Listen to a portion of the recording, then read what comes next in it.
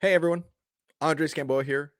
Welcome to episode 199 of the Ponytails podcast. We are almost to 200. Man, I am so excited.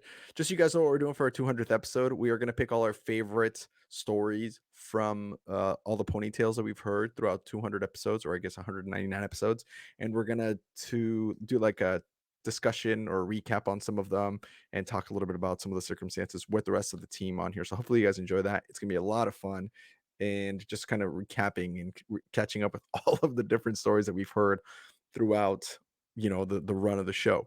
If this is your first time and you don't know what the heck this is about, what the heck is Ponytails, well, I'll give you a quick rundown. Basically, we interview people who sold books and I guess now educational systems for a company called Southwestern Advantage. Now, the company's been around since 1860 something, so literally over 150 years, and it recruits college kids to go do this job where they sell these books to families who might need some help with homework or help the kids get to college or help the kids learn how to read. And they do this for 80 hours a week uh, on straight commission, sometimes without even a place to live on a different part of the country. There's international kids that come from Europe to come and do this program here, and they can make some pretty good money for the summertime, better than any other college summer job that you can do it. So all these kids are college kids that did this, and we pick people who sold in 1968 as far as like just recently this last 2022 summer, and we ask them about how life is going, how that program impacted them for the positive or the negative, and what impact it's had on their career professionally going forward. So my guest today is Travis Thompson, and he is currently in Carmine, Texas, and he went to Tarleton State University. Currently, is working for Cardinal Senior Benefits in the Cardinal Health Group, as well as he is doing some ranching down there in Texas. He was part of the Eagle Blitz organization, sold for 6 summers of this program from 2005 to 2010. His favorite scroll is number 6 today. I will be the master of my emotions, which is an increasingly favorite for our recent guests. And of course, we're gonna go into some stories. He's got some, PaceSetters and some good stories to share from some of his folks and some of his experiences back in 2005 when he was selling some books. So hopefully you guys enjoy. Make sure you subscribe, like all that stuff. Go to our website, check out some stuff. I'm not going to get into all those details, but throughout the show, I might give you guys some updates here and there. So stay tuned for that. Thank you so much for listening, and we'll be on with Travis when we come back.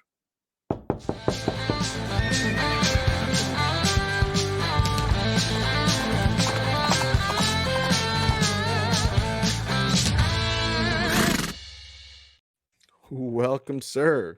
Welcome. Hello, hello.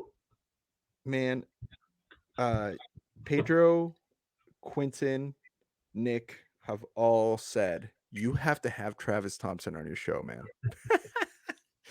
And I've been saying, yeah, let's do it. So it's arrived. We are here. Welcome on, man. Good Nothing to meet you. special. Just a lot of stories, I guess, from all those guys. Good. I'm excited to hear some cool, some funny, some fun dirt. You drinking some beer? I got some whiskey in here. Somebody made me this mug. Check it out. Well, that's It's pretty me. cool. That's you. Yeah. I need one Well, like I that. got Well, not of you, but I need one of myself. That's yeah. pretty Well, if you want one of me, dude, you can totally have one. amazing. Let's dig in. Of course, we love having Cardinal people on the show, not only because you guys are partners of our show and we appreciate and love that we're able to contribute to you growing the alumni network and being able to connect people to a really cool career opportunity. But I just like hearing the perspective of people who are doing some kick-ass stuff and how they're doing it, because a lot of the times that we've had people from Cardinal specifically, it's really close to how they correlate with Southwestern principles and all the positives of Southwestern and how they can apply them. Absolutely. So let's dig into that. If people don't know, I'll kind of recap a little bit about Cardinal. It's an insurance company, but I would want you to tell me from your perspective and your words what it means to you and what Cardinal is to begin with. Sure. Well, I guess first of all, thanks for having me on. I've been listening to this for a little while now, and thought about, it would be kind of cool to be on this thing, so maybe kind of relive some stories and I don't know, maybe spill some dirt on some of my really good friends that I still work with to this day. And I will say that's the coolest part about all of this is I still to this day work with one of my best friends, Nick Dale, and of course, Quintin. We've been working together for since we first started selling books, and then Pedro came along in '09, which I've got some stories about that too. So it's really cool that all these years later we do still work together. I often like to tease every single person at Cardinal that they should be thankful that they have a job, because if it weren't for me, they wouldn't. And it's a joke, of course, but the reason I say it is because I recruited Nick, and he was actually my fraternity brother in college over at Tarleton. He was, even though he's like a year older than me, he was one of my little brothers in the fraternity. And I can save the story for how I recruited him a little bit later, but I do often like to tease, but also, pat myself on the back and be like, none of y'all would have a job if I'd never recruited Nick. So you're That's welcome. absolutely right. Hey, that's correct, man. I had to start somewhere, right? There's You whoever did. recruited the first, somebody was selling books door to door in 1868 or whatever, and then someone had to go to them and been like, "Hey, you should do this with me." And whoever that was, That's you right. know, we're all here because of them. So it makes sense. It makes That's sense if right. you're saying that. Yeah. And also on that note too, I always like to say that, I don't think Pedro would have been nearly as, um, I guess, ambitious these days if I hadn't have recruited the rookie that pushed him to do so well, his first summer. So, I'm gonna Jessica, take you all the recruited credit. Jessica? No, no, no, no. Micah Degtop, actually, she was the number one rookie in the company that summer, Pedro's first summer. And he was chasing her Oh, all summer long. So I also like to tease. Not only did I recruit Nick, I also recruited and trained the rookie that beat Pedro, that led to ultimately I his understand. extremely high level of ambitiousness. So Yeah. you're I welcome. mean, you know what? You change company history right there is what that means. Right. That's That's right. all thanks to you. I love it. I love it. Yeah. But So what got you so you recruited Nick Dale into Cardinal Southwestern. into but he got you into Cardinal. So he started is that how it went? It was he paid you the favor back? Is that what happened? Well, so I guess I'll start with that because since we're going to talk a little bit about Cardinal first. Um, when I left books in 2010, I went and worked for, like a lot of people did, went and worked with Family Heritage selling cancer Hmm. insurance, door to door. And Nick and I were doing that together. He had already started. He left the summer, and I went ahead and did one more summer. Um, he had started with Family Heritage. Things are going pretty well, I guess. And then, of course, Larry Salerno, flies me to Houston, picks me up in his Mercedes, takes me to his home, and takes me to this nice steak restaurant. And you know how the story goes for the recruiting style. And he said, "All right, I'm going to give you this great contract. I'm going to give you a 40 or 50%. I don't even remember what it was back then, but I was like, this is the greatest thing ever. I'm going to go sell cancer insurance door to door. Let's go." So Nick and I went and sold for off and on roughly that year. We did nothing but basically train wars and push weeks is what we call them now. And one time we went over to Liberty, Dayton, Anahuac, Texas area, which is not far outside of Houston. And we got a hotel for I forget how many weeks. We talked them down to this ridiculously low cost. Cockroaches everywhere. I was a competitive bodybuilder at the time, so I was making meals in the hotel, and just it was a nightmare. But we were selling. We were doing great. And then I left for a little bit. um, there's a little stint that I had in there where I'd sold cars until ultimately I moved to Nashville in 2013, and worked back with Southwestern for Thinking Ahead and Great American as a Oh, recruiter. Um, Great American, it was, my activity was extremely high. That's one of the things I was very good at back in the day with Southwestern was recruiting. Um, Numbers were very high, talking to a lot of people, but the company just nobody wanted to work for that company. Nothing against the company. It's just the way that the pay structure was set up. It was just hard to be successful very, very quickly. And they wanted me to recruit people who are used to making $200,000-300,000 a year, and all of a sudden say, all right, your base salary is going to be 20 grand, and we're going to lower that every single year. So it was just kind of difficult. So I ended up coming back to Texas, and worked for Rockstar Energy Drink for a quick minute just to get me back to Texas, and then ultimately got back into insurance in 2015. Um, and started selling mortgage protection with a company called Assura, which the guy that got me into Assura actually was he sold with me my first summer. I was pied one time and one time only ever in my entire career, and it was my very first summer. I ended up being the number one rookie in our entire org, but I got pied one time, and it was by him, and he still talks about it to this day. That's just because And I ultimately beat him.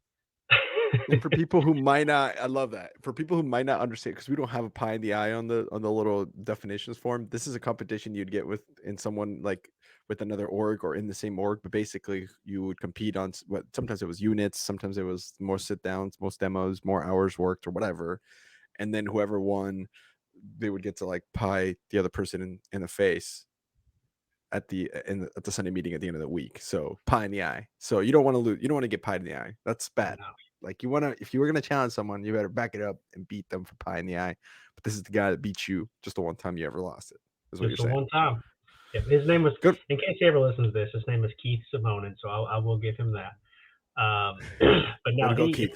he he was working with a group selling mortgage protection, and I was up in Dallas. I was doing really really well. Um, the group that I was working with up there, and I won't go into detail on that. There was just some things going on in the office that I didn't quite feel were the most ethical things or even legal, to be honest. So Keith was like, Mm. "Well, why don't you move down here to Houston?" I was like, "Man, I'm never moving to Houston. You couldn't pay me any money to move to Houston." And he said, "Well, I got an open bedroom. You can come live down here. We need somebody else. We got plenty of territory. We got plenty of leads." And I was like, "All right, fine, forget it. Let's go." So I moved down there. The first 6 months of being with the company, I was the number one agent in the entire state of Texas, and it's a very large company, but they wouldn't give me a commission bump, and I kept asking, "Hey, give me a bump, give me a bump," and they said, "All right, well, we need you to hit these metrics. You've got 3 months to hit these metrics, and we'll give you a commission bump and a manager contract." I'm like, "Great." I did it in 2 weeks, and I was like, "All right, where's my bump?" And they're like, "Well, hold on now. You did that kind of quick, so let's see if you can do this and this." And I'm like, "No." Nah. So I reached out to Nick, and he was already with a group called FEX and Final Expense. And I started saying, "Man, I'm having a hard time getting people approved. I'm doing this." And he was like, "Why don't you just come work with me over here doing this Final Expense thing?" And so I was like, "All right, let's just do that." And this was probably 20. It was either late 16 or early 17, somewhere around there. And things were going great. I had a guy down here in Houston that I knew who he just happened to have some cash, and he was like, "Hey, you're doing really well at this Final Expense thing. You're making a lot of money."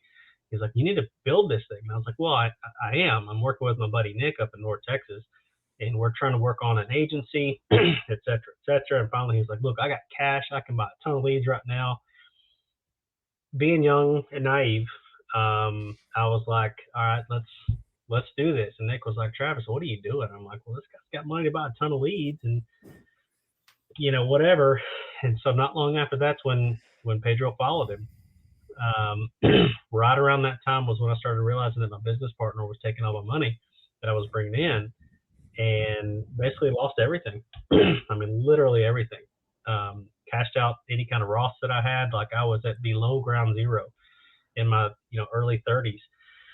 So called Nick back up, Whoa. and I'm like, "Hey man, let's just do what we should have been doing for the entire time." And Cardinal had started catching traction, and I was like, "Man, should have started this a long time ago and just stuck with Nick." But we're here. It's worked out very very well for all of us. So been with Wow. Cardinal ever since. That's wild, man.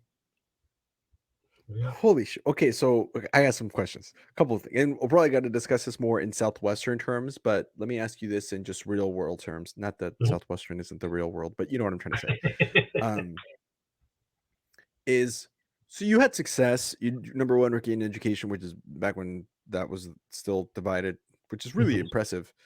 Um, but then you have a track record of just showing up and kicking ass right off the gate, right? Sometimes people who are studs, they take a little bit to learn the industry, to learn the kind of the trade, learn the differences, or they'll switch industries from going door to door to maybe going over the phone or a different kind of cold calling or lead generation sales, or maybe solar or something where it's like or real estate, which maybe it's like a little longer term sale. It's not like a quick get in get out sale like books.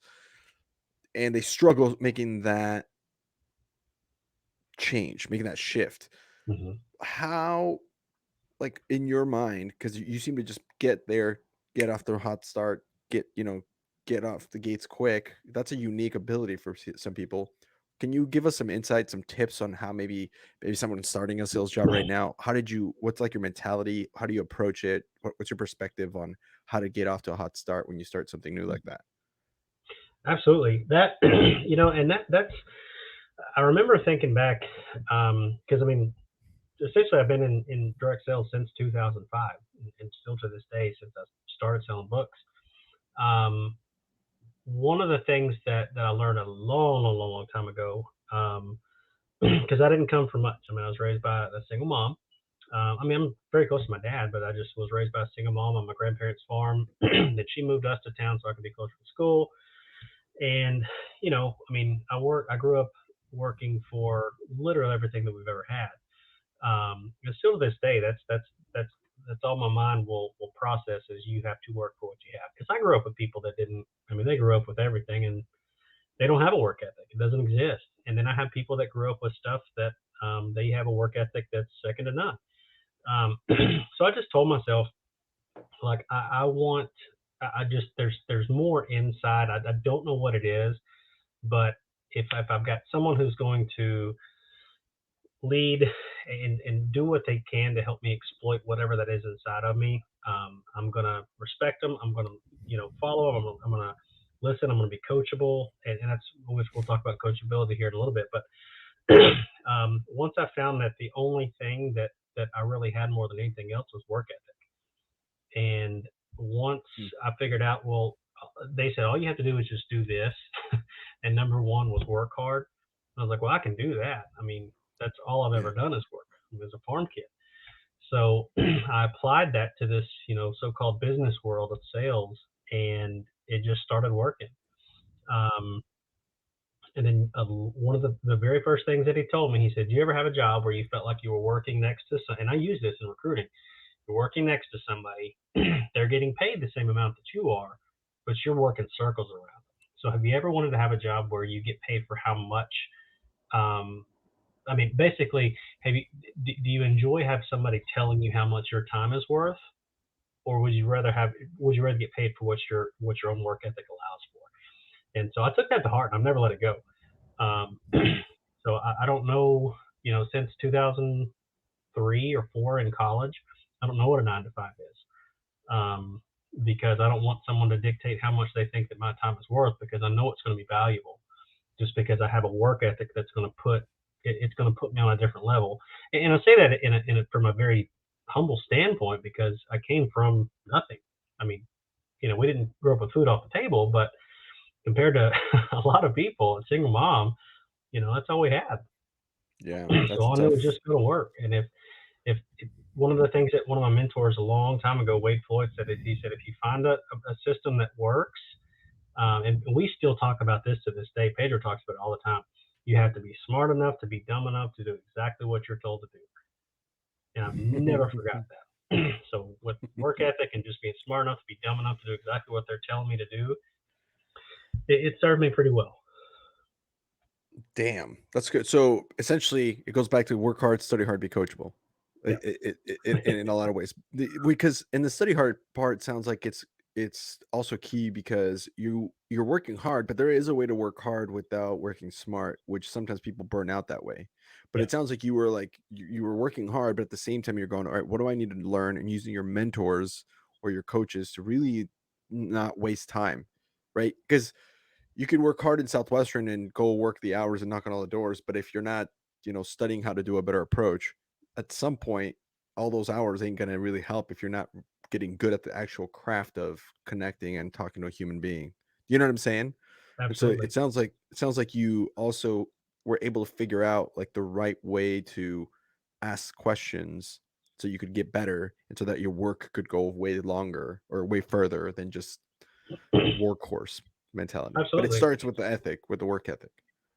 Well, and one of the things that, and I still teach or, coach this, I guess you could say today, and I'll give a good example here in a second. Um, like one of the things about being coachable, for going back to my very first summer, Justin Gamble, he was in corporate insurance with Federated, I think it was, for a little while. But anyways, he's always been very successful. I love that guy to death. My student manager was Garrett Mabry. He hated systems, he hated scripts. He's just a shoot from the hip and one of the just best natural salespeople I've ever seen in my entire life. It's hard to be consistent that way, as you Mm. know. Um, but one of the things that they used to tease about, because I wanted to know everything, he told me, he said, you have to have your sales talk down before you get to sales school. You have to have everything down or you can't go. And I was like, perfect. And I got it all the way down. One of the things when we took off into the summer, we never used cell phones because they weren't that big of a deal back then. But anytime that there was a phone call, like during in the evening or early morning or during a Sunday or whatever it was, it was kind of a joke. They'd be like, "Hey, guess who's got a question now?" And it was always me. I asked a ton of questions. Um, and Wow. one of the things that Wade told me, he said, "It doesn't matter. Annoy the heck out of them." He said, "I don't care if they get mad at you for calling them all the time. Just annoy them. Ask a ton of questions." And I did. So fast forward all these years later, I'll just go back to last week, for example. I just started working in the Medicare side. And the guy that's actually basically he's my not upline, but I guess I'm supposed to be calling him every time I get into a house and I have a question. I've called him. I couldn't tell you how many times already just last week. Um, like I know the sales side, but I don't know anything about this side yet. So and he actually, I think he made a comment to one of the guys that we work with. He said, Travis is doing exactly what you told me to do when you recruited me to sell final expense. He calls me every single house at the end of every single appointment. We go through everything at the end of every single appointment that he's in. But that's how I learn. That's smart. Well, and let me ask you this, just to dig a little deeper. How do you avoid asking, or how do you ask the right questions? And I know, like, part of it is you just got to go do the work, so then the Mhm. objections and the problems show up, so that way you know what to ask. But even at the beginning, how do you know where to start to ask and to learn? Like, can you walk me through your mentality on that? Because this is unique. Not many people can do this well. Just and I know it comes easy to you, but like some people are going here, maybe taking out their pen and paper and going, "All right, yeah, I'm about to write this down." Well, Because I just, again, it kind of goes back to be smart enough to be dumb enough to do exactly what you're trying to do. The guys that are teaching us and leading us, they produce at a very very high level. And I'm trusting in that for them to lead me in the direction that I want to go as well, which is above and beyond where they're at for sure. Um, I think one of the things about like where the questions come in, um, one of the biggest things that I've always said, and I'll forever say this, and people that I work with have heard me say this many times. The number one agent killer, now whether it's agent or just salesperson killer, we can even say salesperson killer. The number one killer is overthinking, and oof. that's what I find with so many people is they get into a house and they're like, well, what if I can't? What if my password is expired and I can't log into the page? Okay, well, figure it out. That's nothing's a big deal unless you make it a big deal. So I've just learned that like I get everything that I can prepare before I'm going to wherever I'm going, and the next step after that is just get me to where I'm supposed to be and just let me figure it out. When I get stuck or whatever I'm supposed to call, I'm gonna call because I enjoy being put up against like the I don't even know what you call it, not a rock and a hard place, but I enjoy being put in the spot to where it's like, oh, I'm stuck. It's time to start figuring something out. I enjoy it. Like I feed on that. I know a lot of people, Mm. they'll get nervous, and that's fine. There's nothing wrong with that. But it's just I've been in so many scenarios that like that's what fuels me. I love getting stuck and Mhm. not knowing because that means I've got something I get to learn. Now that's a sweet mentality, my friend. There it is right there. That's a good answer. It's just basically embrace the ignorance.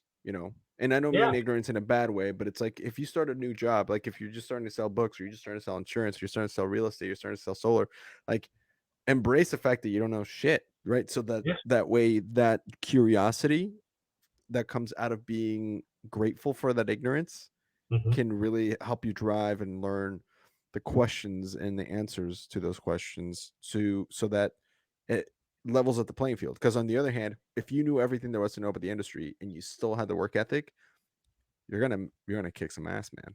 Right? Like Yeah. that's the math. And I Wow. think Pedro says it well often. He always says you got to learn how to embrace the suck.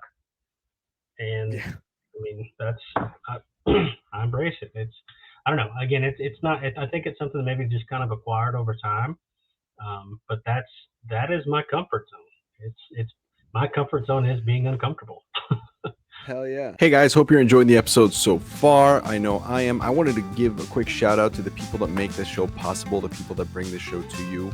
These are people who all sold books, and we're here to give a quick shout out to them in a spotlight about their company and what they're up to. So if you're interested, or if after listening to this, you're kind of wanting to know a little bit more, feel free to click on the links below to connect with these people. These are from an excerpt I have with them from a podcast that I do on the side. It's called Executive Exercises, where we take all our sponsors and they come into a think tank and share some awesome ideas about how to grow their business specifically on different topics. Go check that out. But I pulled some of the comments that they had explaining what they do and who they're looking for on their companies. And so if that sounds like you, like I said, click below. Hope you enjoy.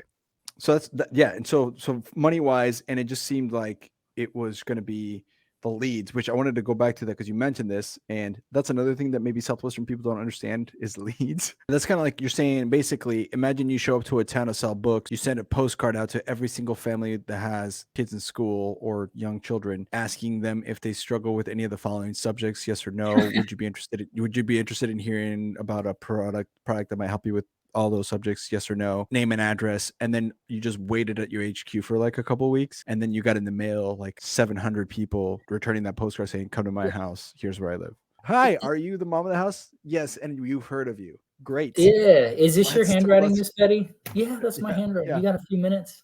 It's again, you're not selling every single lead that you sit down with, but the leads is kind of what interested me because that kind of anxiety feeling that I talked about at Southwestern and the anxiety I had with Family Heritage, I honestly didn't think that was going to go away, but it has. It's gone away when I sold. I still had a little bit of anxiety, but after that first knock, it goes away. But much less anxiety every week because I know I have fresh leads coming in. And so even if this day doesn't work out, I know I got typically our agents will get anywhere from 25 to 50 leads a week of people that they can go and call on. I want people to understand what it is that you do, how you do it, why you do it, all of the good stuff. You hear a lot about coaching, you hear a lot about life coach, sales coach, business coach, yada yada coach. Man, I think just to start off, like what it isn't, it's not training. It's not showing up and having somebody talk at you for 45 minutes to an hour. And like the way that I look at it is we're all human beings. We're all broken in some capacity. And we all know a lot of the people that I work with, they know what they're supposed to be doing. They're just not executing on it, or they're not doing it as intentionally as they should be. Or they're just not focused. They have like 15 different goals or 15 different things that they're trying to balance or do. And because of that, like they're not as intentional as they should be at home, or they're not as intentional as they should be at work, and they're not picking up the phone and calling people. And it's like having a personal trainer for your business. It's having intention on why we do what we do every day and creating clarity and helping to build our lives and our calendars around what our future goals and intentions are. That'll do for now. Like I said, make sure you click below to get some more information. And now back to the show. So let me ask you this. So what happens when you, on the other end, like, right? So maybe it's summer number 6 for you, or in this case, you've been in this industry for 6 years. I know you went into health group, so we can go into that a little bit too. But like, let's just take on the insurance, life insurance side. How do you keep from being complacent, or how do you keep getting curious, or how do you keep studying or learning if you've pretty much mastered something? Do you know what I'm saying? Like after your 4th or 5th summer of selling books, there's very few things that can happen to you that you're like, I haven't seen this before. You know what I mean? Maybe like the pandemic in recent memory has been something where it's like, this is new, right? But I guess what I'm trying to say is after a while you kind of figure out, and so the basic questions and even the advanced questions you already know well. So how do you maintain that level of growth and learning? Like what do you look to? How do you try to maintain sharpness there? That's a really good question. And actually that kind of goes, I've had a lot of people call me And I'm very humbled by this. A lot of people over the past couple of years in Cardinal have called me. They're like, "What do you like if you're in a funk or if you're doing really, really well and you're almost kind of like, well, I'm here now. What?"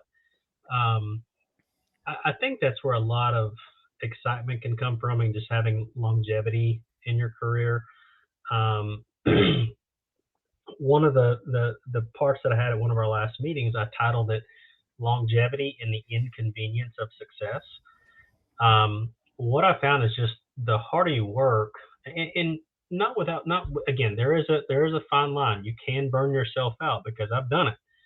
Um, when you find that sweet spot that is just got a ton of momentum going, and you can ride the momentum, but when you start to really figure things out and things start to click, that's when you have to be smart enough to know yourself, to know that there's something coming up ahead, which means, am I going to be stagnant? Am I going to burn myself out? Like, but I can feel, things are going really, really good. Something's coming, because it just can't last that way forever. That's just reality. So I like to prepare for that and just think, okay, so if something's going to change, what can I do? And a lot of times with what we do with Cardinal is I just find a way to get in front of more people, because it's going to be different. I mean, there's a lot of stuff that's going to be the same, but there's so much stuff you can learn from people, just by doing the job. And I never will forget this. A guy told me several years ago, this old man over in Houston, because I purposely picked some of the roughest areas of Houston to work, Sunnyside and Fifth Ward. Like, those are my bread and butters. They're like the most dangerous zip codes in the entire country or something crazy. But he told me, never will forget it. He said, once you stop learning, you start dying. And he said, and buddy, he said, I don't want to die.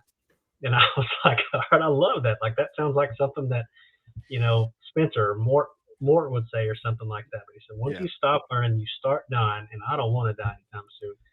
So I held on to that as well. And what I find is, anytime that I feel like I know a lot, I try to find another avenue where I don't know as much about, and I start my rabbit trail. And I find a way to confuse myself. I find a way to challenge myself, because I want to learn. Um, and I think it was Nick told us this years ago. As we get older, a lot of people start talking about, well, man, the time flies. Like, where does the time go? The time just keeps seeming to go on somewhere. But he said he had read somewhere that people say that the reason it seems like that is because you're not learning very, very new things. Because when you're young, you're learning how to tie your shoes, you're learning how to walk, you're learning how to, fix your hair. I mean, whatever it is, you're learning all Yeah. these things. And so time just seems to crawl, because you got so much that you're just inputting. Then once we get older, we're not learning anything new. And it just seems to everything just seems to fly by. But like, last week was my first week in the field with Medicare. I had a blast. I mean, I wrote several apps, learned everything new that I possibly could, and it was fulfilling, very fulfilling. Wow. That bro, you're dropping some nuggets of wisdom right here. It's so good. I got here just to recap. If you're not learning, you're dying, which means you just got to keep learning. And while you keep learning, it allows you to just be more present, which makes it seem that time is going slower. So you don't Mhm. feel like you just look up and it's been 7 years and you haven't grown.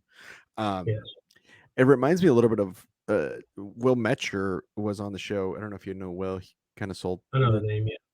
Yeah, towards the beginning of his summers was the end of yours, but um, he's one of our partners, and we're just chatting, and I think this is where it came from. But he goes, and I've mentioned this on the show before, but he goes, I hate it when people say that, or I'm always curious when people say they have 20 years of experience in whatever trade, because Hmm. sometimes people have 20 years of experience, but sometimes people will have like 1 or 2 years of like 1 year of experience 20 times over, which means they never grew. They never did Yeah. anything like right. Everything they learned that first year, it's kind of like that 6 summer person who never got past 2,000 units or whatever, like who never Mhm. grew.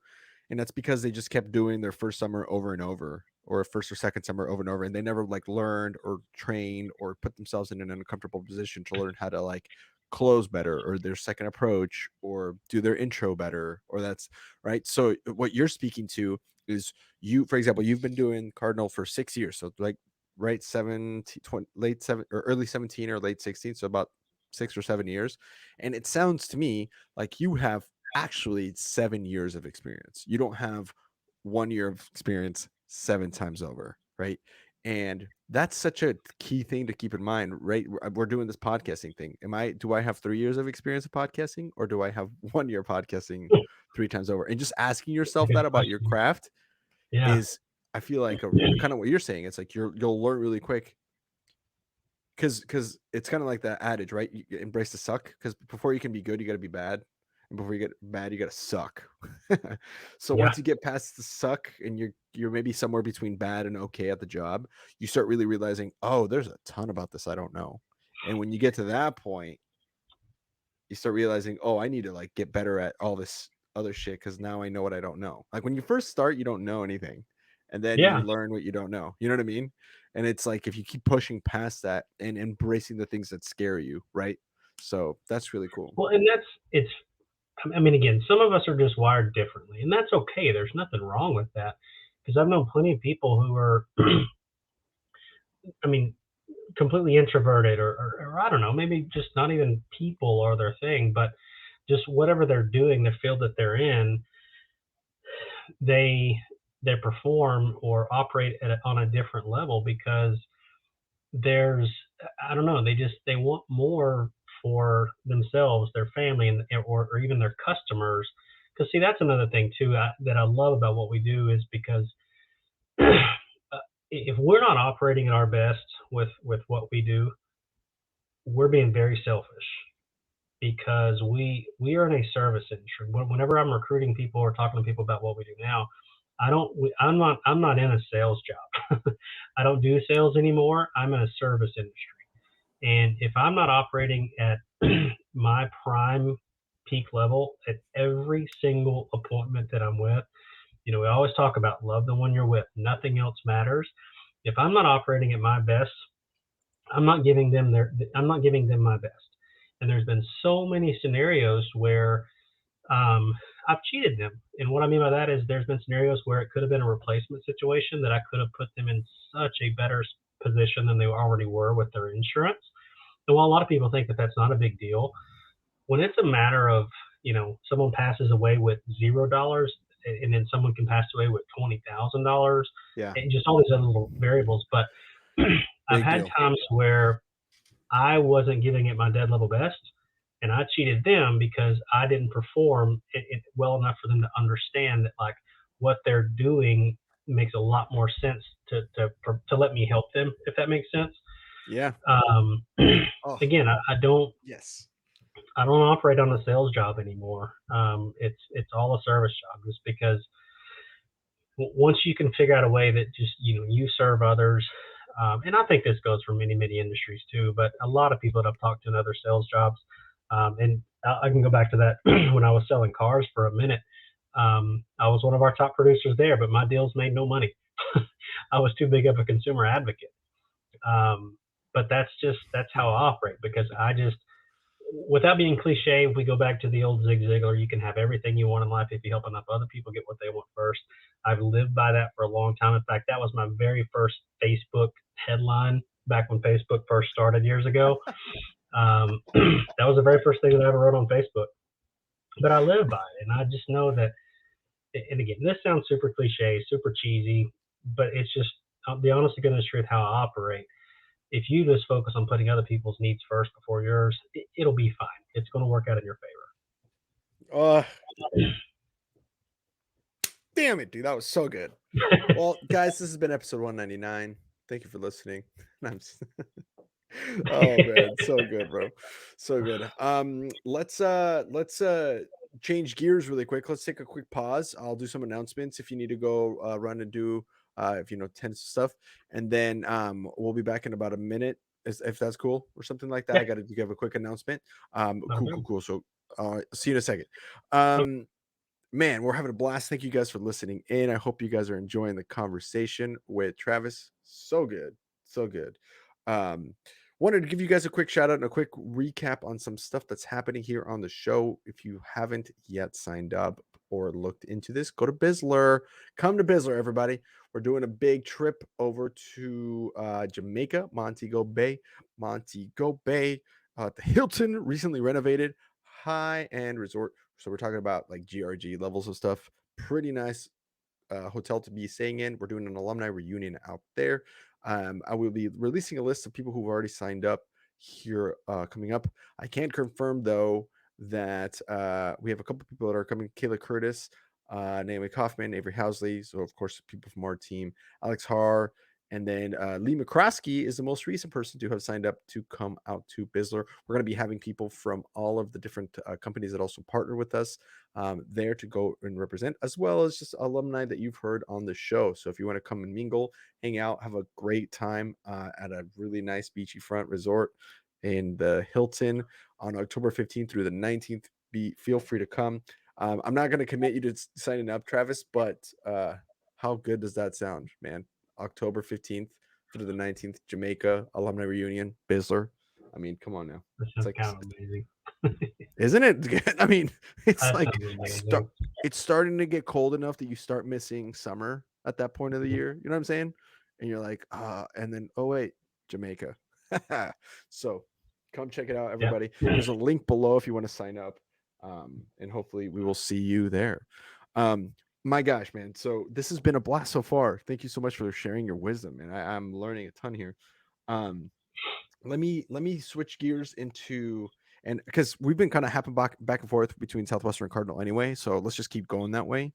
But let's focus a little bit because I know you had some stories for Southwestern. So what I'll probably do is just have you share some of your Southwestern experience, and then I'll probably interject there and ask about how you're using that today. Is that cool? So we'll kind of mix it up, if that's all right. Sure, absolutely. So let's roll the clocks back. I love hearing origin stories. You know, first summer, first door, first house, first day of school, first time you heard about Southwestern, all that jazz. We don't have to get into all of those, but that's kind of the mentality I want to get into. How did you first hear about Southwestern? I mean, you're sitting there in Tarleton University, minding your own damn business, right? Trying to study for whatever class or something. How did you first hear about this? What was it like for you to get into this whole program in the first place?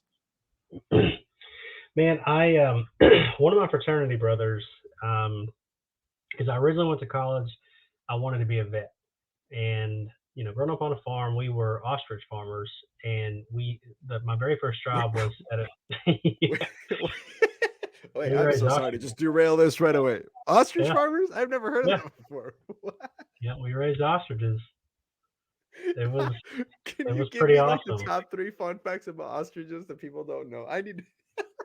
Oh man, so sorry to just derail. The eggs are delicious. I can tell you that. We grew up on them. I mean, they would feed a whole family. Just one of them would. We had the primary breeders we had. We named them Bonnie and Clyde. And man, they're mean. There's nothing cool about them. They're mean, and they make really good looking boots and belts, and that's about it. No way. So hang on. So you had Bonnie and Clyde. They'd make eggs. You'd raise those ostriches and then sell them to go make boots. What they did after the fact, I really don't ever know. We just we were told that there was a little demand, so we had incubators in our barn, and we would have just tons of little chicks in there. And then they would go from the incubator room into this other little room that my granddaddy had built, and they'd have a little doggy door looking thing that they could go outside, and then eventually they were outside and they could be sold. But like we used to have we took like 2 12-foot PVC pipes and had to then like glue them together, you know, just water pipe, and then took a gallon milk jug, cut it in half, and duct taped it to the end of it. So whenever they would lay an egg, we'd stick that through the fence to grab it and scoop it and bring it back, because you could not go out and get it. They would attack you. And they're mean, right? I watched Jumanji 2. I watched Jumanji 2, and I found out from the little nugget of wisdom they travel in packs and they're not nice. Yeah, they're very mean. They will tear you apart. So we had to get the eggs out. So we would scoop it with a PVC pipe and a milk jug. Okay, so I want to keep talking about ostriches. I'm so sorry. We're about to talk about Southwestern. Nobody's in 199 episodes. Nobody's been like, I used to raise ostriches. Like that's funny. Okay, so I was just in Colombia over the winter, or January, and have you heard of Pablo Escobar? Do you know who Pablo Escobar is? Okay, yeah. So everybody's watched Narcos at this point, but he had a farm, right? And he was so rich that he got bored and he didn't know what the fuck to do with his money. So he basically got animals that weren't native to Colombia and had them come and shipped over, right? So rhinos, zebras, they don't live, and then he brought them over. But some of them were ostriches. Where I'm going with the story is that Pablo died, or was murdered, or whatever, and his farm was still like out there, and so all these animals like reproduced because that's what animals do. They Wow. eat shit and reproduce. And there's zebras and rhinos. It's actually a problem in Colombia. But my wife and I just went there, and they turned what used to be his estate where he had his hacienda. It's called Mhm. Hacienda Nápoles, and you can go there. It's like a touristy area now. And you can go there, and like we stayed at the hotel. You just drive up by the pass, and it's like a water park / drive-through. It's kind of like a Jurassic Park drive-through adventure. So you take your car, you drive right through, and you can stop at the water parks and all this stuff. But we saw ostriches, and so there was people like taking pictures with ostriches, and in my head I'm like, that's sketchy, because that like they were taking selfies, like where my mic is right here. They were like taking like next. I don't know why these ostriches weren't being mean, but in my head I was so confused because I'm like, these things could like kill you, or like they could just get pissed at you and just like start chopping at you. It's like a big mean bird. It's not Yeah. it's not a nice thing. And okay, so just wanted to fill in with that story. But now the eggs, how big are these eggs? Like my head, size of my head to feed a whole family? No, not quite that big. I mean, they're Nothing's bigger quite than a that big. I get it. grapefruit. No, they're bigger than a grapefruit. But like what we used to do, because I mean, I was raised by an older generation. My grandparents were really old when I was growing up. So Granddaddy, he would drill a hole in the side of them, and we'd get the egg out, and he would dry it out, clean it out, dry it out, and then build these little easel things that you could set it on. And they were, I don't know if you ever heard of Shriners, where No. they're Shriners all over the country. They wear these fez hats, but anyways, part of like the Masons, like the Grand Masons and all them. Sure. So what they would do is grandmommy, she would paint little farm scenes on the side of the eggs, and she would sell them or give them away or whatever. So it'd be a multi-purpose deal. So we'd be able to eat, and she would turn them into little somethings that she could paint on and sell. It was pretty cool. I mean, I was pretty young during a lot of that, but man, it was an experience. Like it was, I can remember many times we'd have to, in the middle of the night, have the vet come out because an egg would get stuck or something like that. In fact, that the same vet that we had from when I was a baby was my very first job. That's who I actually went to work for. So it was pretty cool. Okay, so sorry, back to the story. So you're sitting in Tarleton, you're starting to be a vet, you're looking up vet stuff, and you Yeah. sit down with someone, and No, how did you get approached by it? well, the reason I couldn't be a vet is because, and this is, I'm just giving the story too, is I actually decided that before I got to Tarleton. That was my intentional plan was to be a vet. And I was working at the vet, and then a friend of mine brought in a friend of mine's mom brought in their dogs. One time she brought in one of the dogs that I grew up with. And she said, Travis, we got to put this dog to sleep. I just can't go in there. Do you mind being in there since, the dog knows you? And I was like, yeah, sure. And I never will forget it. I was holding on to the dog. Dog was looking at me. He does his thing, and all of a sudden the eyes close, and he falls over the side of my arm, holding it. And from that point forward, I was like, I can't be a vet. Can't do it. It's hard, man. I can't do it. Call me a It's sissy, call me hard. whatever you want. So then it was like, well, I'll just go be a game warden. And then I got to looking into the amount of money that they can make, and it wasn't very much. I mean, and the waiting list for Texas was so long. And so finally I was like, let me just go to business college and see what happens. Because Granddaddy always said, he's like, oh, don't do any of this ranch and farm stuff. He said, you got to go get a business degree. And so I was like, all right, well, let me just do that then. And in 2005, so Garrett Mabry, actually it was Jack Clark. I don't know if you've heard his name a time or two. Yeah, we've had Jack on here. Okay, Third? I figured Jack as Clark much. the third? Yeah. Yep, Jack the third. We used the buggy huggy just the other day, the thing that he invented. He's a stud. Jack's Jack. cool. Yeah. Oh yeah, he's awesome. Actually, his stepdad was one of my first recruits ever a couple years ago in Cardinal. Nice. Yeah. The It network at work. Oh man, it was amazing. But no, Jack's first summer, when he was number one in the company, number two was Garrett Mabry, which was my fraternity brother and really good friend, but he also recruited me to sell books. He came back and he told me about this book thing, and he was like, "Man, I made this much money." Um, he made a lot of what we used to call errors in judgment, that was a thing we learned from Brian Ross. Um, he made an error in judgment, went and bought a Mercedes, and we went to the book field. I was like, man, he bought a Benz after the summer. I was like, my first pickup was like, I don't know, a couple $100 probably. So let me do this.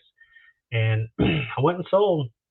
Had a really, really good first summer, but the very next summer was obviously when I came back and recruited Nick after that, which I'll tell that story. But yeah, just a fraternity brother. And then Justin Gamble, he was in a different fraternity.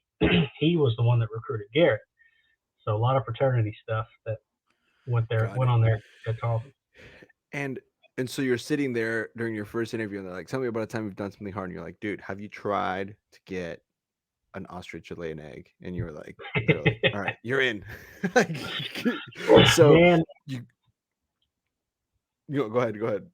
no, my first kind of interview, there was two parts to it, or two reasons that kind of told me I need to do this, other than Garrett making or buying the Mercedes.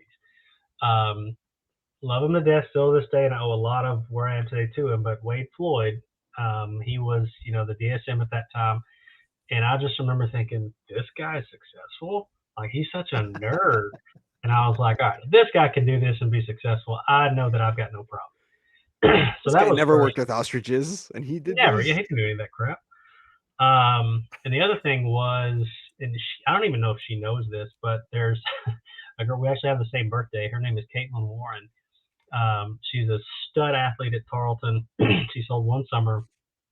She was in one of the first interview meetings, and she was just smoking hot, tall, Yeah. blonde. And I was like, she's going to do this too?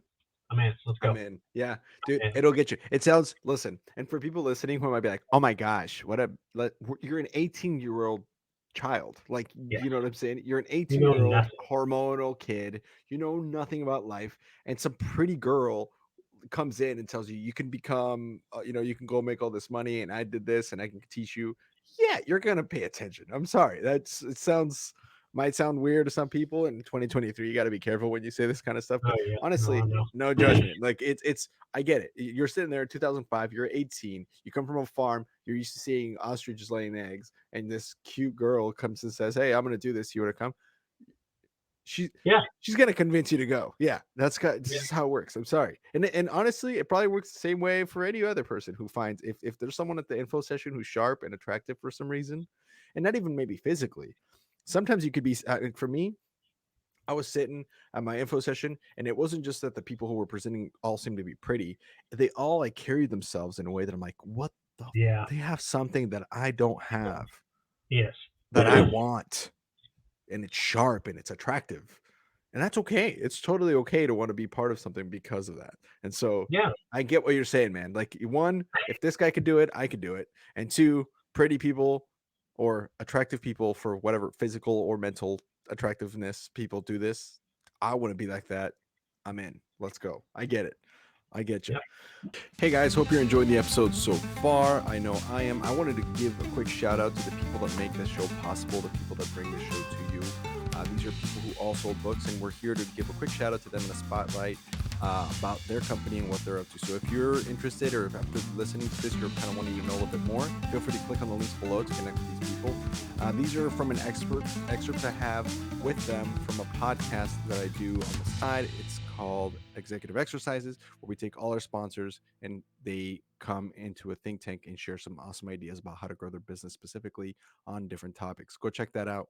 But I pulled some of the comments that they had explaining what they do and who they're looking for on their companies. And so if that sounds like you, like I said, click below. Hope you enjoy. That's okay. And actually, and this is good to, I had Nick kind of explain this a little bit too, but it's because I've been in the insurance industry before. For people who are listening, like, how do you make 115% commission? The way I explain it to people is the insurance companies we represent. So we're a broker. All these companies we work with, they know they're not really going to be making any money off the sales that I make for the first several years. but they don't Right. care about that. They know these clients are going to be on the books for 10, 15, 20, 25 years. So they know they're going to make money over the long haul. And so part of the reason agents are able to make so much is there's all these companies out here and they're all competing for the broker's business, because these companies don't actually have their own in-house sales force. They have independent contractors. And so if their compensation or their commission levels that they offer aren't competitive, I'm not going to place any business with them. Hello, off schedule moment. Wanted to tell you about Southwestern Real Estate. They're 99% drama free, only 99, not 99.9. So it's a bit spicy, kind of like this episode. Anyway, they will learn you to kick ass at real estate. So make sure you guys click the link below, get in touch with them. Okay, back to work. Bye. That'll do for now. Like I said, make sure you click below to get some more information. And now back to the show. Did you find out later on? I always ask this. Sometimes it's a no, or this isn't. Some people can't relate to this, which is, if this is you, that's cool. But did you ever find a different, like a bigger, more reason? Like some people go, I went for the money to start, but then afterwards, I found out that I really needed to grow as a person, or I needed to challenge myself. Or did you ever have any of that kind of realization as you were prepping to go for that first time? It's funny. In the very, very beginning, not really. It was more, because heck, when I went to my first interview, I had a ponytail, like long hair. I mean, it was, I had my hair up in a ponytail. I was hungover. I was barely getting around. They were just saying, you can make a lot of money. You can make a lot of money. I'm like, that sounds great. And initially that's what it was, because I never really knew that I had a level of ambition, because all I knew was work. Just go to work and you'll be fine. That's all I ever do. It's only money. You can always make more. That was just kind of the ranch hand, farmhand way of life. Like, it's to run out, you got to go to work and make more. Quintin Roberts would probably completely disagree with something like that, because he still probably has the first dollar that he ever made. Quintin's a special character. Yes. He's a goon. Special, yeah, I get you. Special version. So anyways, a lot of it was like, I need to start proving more to my mom, more to my dad. My grandparents were still alive at the time, and I was like, I want to prove something to them, to my granddaddy, and I want to dedicate this summer to him. And just a lot of these little things that I didn't even realize just slowly started to compound, and all of a sudden, just before the summer got there, I started kind of realizing, maybe I'm actually meant to live more to this life than what I initially thought, which again, that's part of growing up. And I felt like it started happening a lot sooner around that time frame than maybe it did for some of my friends. And I'm not saying I ever actually grew up quicker than them, but I started finally finding a purpose. Yeah. And I just always said, I want to be able to provide for my own family, like my mom, provide for her the best I can someday. And just, provide for my family better than possibly that I grew up, which that's what every parent wants anyways. But those whys, when I first started, I really didn't have one. It was just a little bit of money, pretty girl. This guy was kind of a nerd and I can do it. My fraternity brother, he's cool, so he got a Mercedes. I'm going to go do it too. It was all just about being a part of something. And then really quickly, it turned into a lot more than that. And that's brilliant to realize early on. And a lot of people do end up finding that, but really curious about what you said there. It's about wanting to prove something to other people. Mm-hmm. And that's so interesting to me, for the people that go out and sell books and then they find out that it's hard once they're out in the field. It's like, where have you been? They've told you the whole time this is going to be the hardest thing you've done in a long time, maybe ever. Right? Like, and which is why you want to go do it, right? The people, like, if you realize that right quick, that this is going to be tough and you're going to have to prove yourself to you and to your fam, or whoever you want to, whoever needs to know this about you or wants to know this about you, besides yourself too, it's going to be challenging. And it was, Mm-hmm. and it is, it's a tough thing, man. Selling books door to door it's hard. So I get that. You get out to sales school. Where'd you go that first summer? Pennsylvania. Oh shit. I love you PA. talk about a culture shock. Yeah. What part of PA? Because West, East, and Middle are different within themselves. We were on the southern part, like the Southwestern side.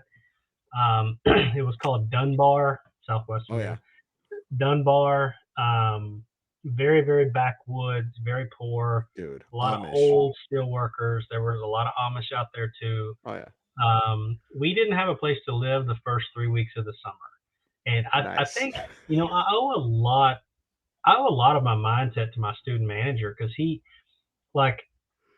just, the whole, persona about nothing's a big deal unless you make it a big deal, or don't think, just work. All these little things that we say all the time, like, this is what he just instilled into me from the very beginning.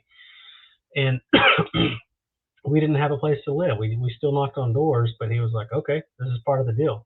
Now it's time to go to work, and we'll find a place to live while we're working. I'm like, all right, that's how it's supposed to be. And he's like, oh, but by the way, don't tell your mom.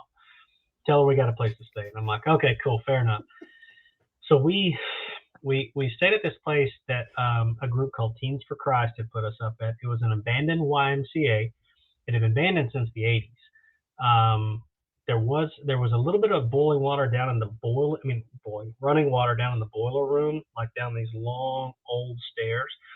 And then take every horror movie that has to do with like a swimming pool, a locker room, showers, a big ballroom looking thing. Take every horror movie you've ever seen, and this was this place. And that's where we lived. And to take a shower, we bought a 10-foot water hose and a bar of soap and a spray nozzle. We went down in the boiler room. One person held the water hose, one person held the flashlight, and then the other person you would wash. And it was freezing cold water there. We didn't have hot water. We didn't have a heater. The only thing that worked was this little light that would work from time to time. So we had to buy this little plug-in heater that we could run from across the street from the fire station. We took a shower at the fire station. We'd go in there, we'd lock ourselves in at night, and we'd lock ourselves in another room, and we would sleep side by side. It was me, Sean Jackson, which he lives in Houston now, and then Garrett Mabry, my my student manager. But we slept next to each other right there for the first 3 weeks of the summer, because we didn't have a place to live. Then I was selling, and I came across this one lady that I sold books to, and I asked her, hey, we're here for the summer, any place we can stay? She's actually my friend across the street's got that big old house, just her and her son, and a dog named Peanut. And I still remember this. So I went and knocked on the door, and she's like, yeah, I'll put y'all up, put y'all here. So that's where we ended up staying for the rest of the summer. But yeah, wonderful Pennsylvania. HQ. So that's a good HQ. I do have another story about that one, but we can hold on to that one for just a second. Sure, it's your comment. It's your show. I just ask you questions. You tell us your stories, man. It's your experience. Well, I guess real quick, then I'll just throw it in there, because I was also so brainwashed. Like, I'm talking drink the Kool-Aid. I did not drink during the summer, period. Now, if you hit Sizzler, you got to have like a Corona or something. And that's cool. We didn't do that. That's a good move. We didn't drink, period. Like, I'm talking Kool-Aid, and which is crazy, because that's all me and Garrett basically ever did back in college.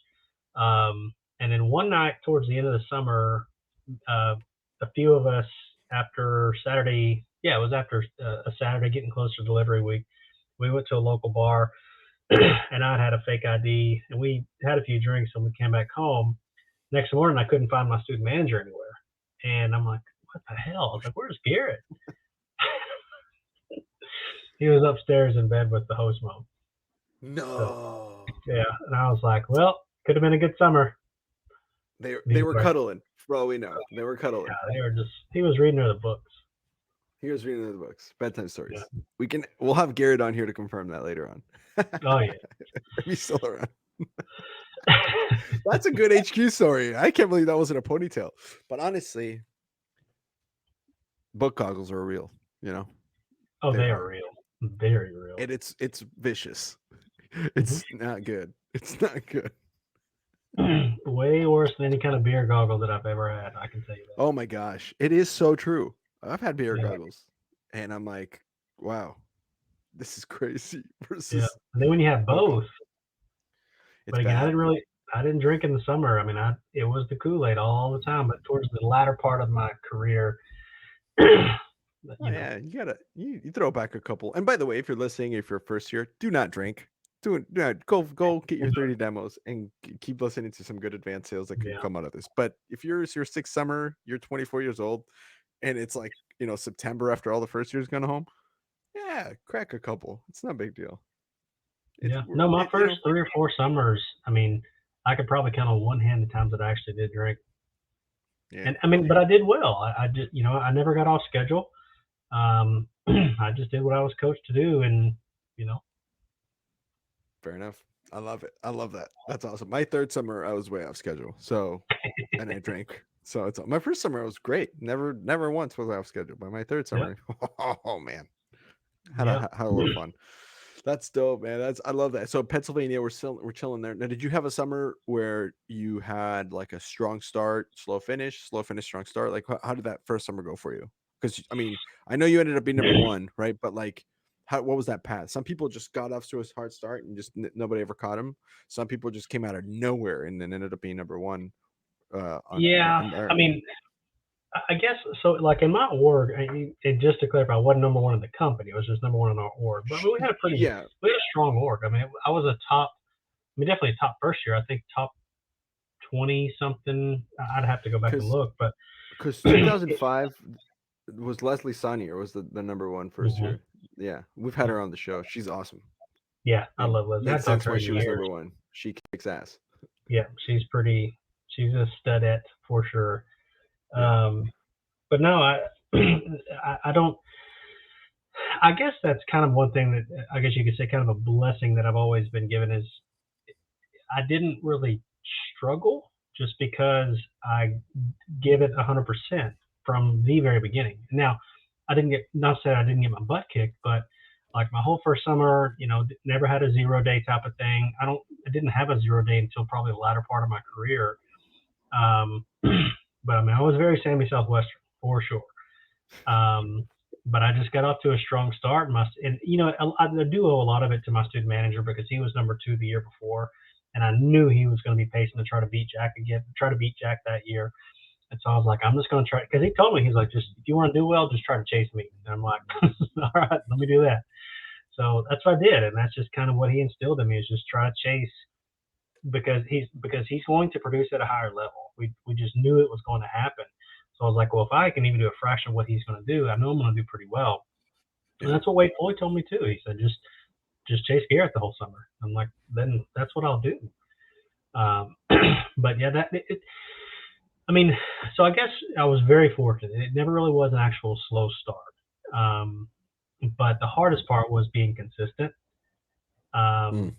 And that's where a lot of character building came from, was consistency, because there was a whole lot of this up and down stuff, which is at sales, but trying to find, I know Dylan Lackey was like the most consistent person I've ever met, but trying to find that consistency when you're having an emotional inconsistency going on, it's tough. No way.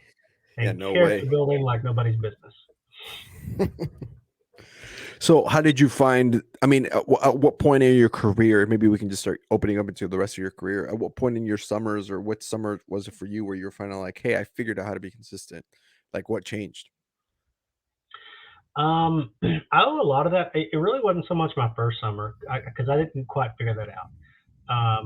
Because again, all I was basing that on was just chasing him. It wasn't like personal development, so to speak. It was just, let me just keep chasing this person. But he wasn't going to be there the next year. So I was like, okay, I need to start figuring something out. And it was towards the end of the summer, I started slowly kind of figuring some of that out. But honestly, a lot of that had to do when I was put into a leadership position coming back my second summer. Because number one, I had to lead by example. And, number two, well, I guess that is number one and number two. I had to lead by example. One of the things that I was taught from very, very early on was, hey, if you want your team to sell a lot of books, you have to sell a lot first. And I was like, okay, let me try that. And I still live by that too when it comes to what we do now, which I'll kind of talk more about that in a second as well. But I think I started figuring out more of the being emotionally consistent my second summer, because I was responsible for, or not necessarily totally responsible, but indirectly kind of responsible for their success or failure. Like, I've got to be able to be even keeled, be a duck on water, lead them the best that I can. And that's where, you know, Nick was my first recruit. So How did that always happen? that. Well, we were in college together, fraternity brothers. He was one of my little brothers, and I'd been talking to him about this book thing. He was driving a little a golden Ford Ranger, little 5-speed truck, single cab pickup. Nick was a pretty jacked dude back then. He walked on the Charleston football team. And so we had talked about it, and he was working at a tire shop back home, and he's like, man, I'm just going to go back and work at the tire shop. And we were at a party. It was the night before I was leaving for sales school. We were at a party, and he said, hey, man, is it too late to do that book thing? And I was like, man, I'm leaving at like 5 a.m. tomorrow. He was like, well, is it too late? And I was like, dude, I'm leaving. Can you get packed to be ready to go in the morning? He's like, yeah, I will. And I'm like, all right. Sure enough, kid you not, Sure. he showed up. 5 o'clock in the morning, he showed up. And I was like, well, here's your sales talk. Just read it while you're driving down the road, because obviously that's completely safe. That's what we did. You know that. Everybody's like, they still do that. They still do that today. Oh yeah. But I was like, you got to have this memorized before we get to Nashville. And he's like, all right, got it. And I never will forget. We're driving down the road going to Nashville, right outside of Arkansas somewhere. And I look over and I'm still studying. I'm listening to my CDs with like Mort and Zig and all these other people. Some old Roger Sykes stuff, just some really good stuff. Gold. And I'm reading it, Rose and I'm and driving, Sizzy. Oh yeah, all the good stuff. There's some Kevin Johnson, some Lester Crafton, you know, some really good old stuff. Gold. And I look over and there's Nick in his Ford Ranger driving, just doing like this, and he's got a bottle of Jack Daniels in his hand. And I'm like reading my sales talk, and I look over and he's got a bottle of Jack, and he's like pretending like he's drinking the bottle. And I'm like, oh man, this is gonna be a long summer. And so I'm like, hey, sales talk, read this. And he's like, yeah, I got it. And he pretends to drink some more whiskey, and I'm like, all right, well. And you know, we were in Ohio that summer. What's that? Here comes a cool he card. had that cool card for a while. I'd already lost mine.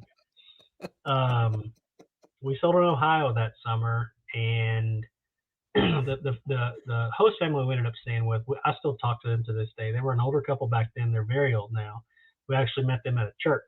I went and talked at a church, and then I never will forget. I looked in the back of the room, and this old couple, David and Sharon Motz, they looked at each other and they go, "We'll take them." And I'm like, "All right, there we are." So we lived on their farm for the rest of the summer.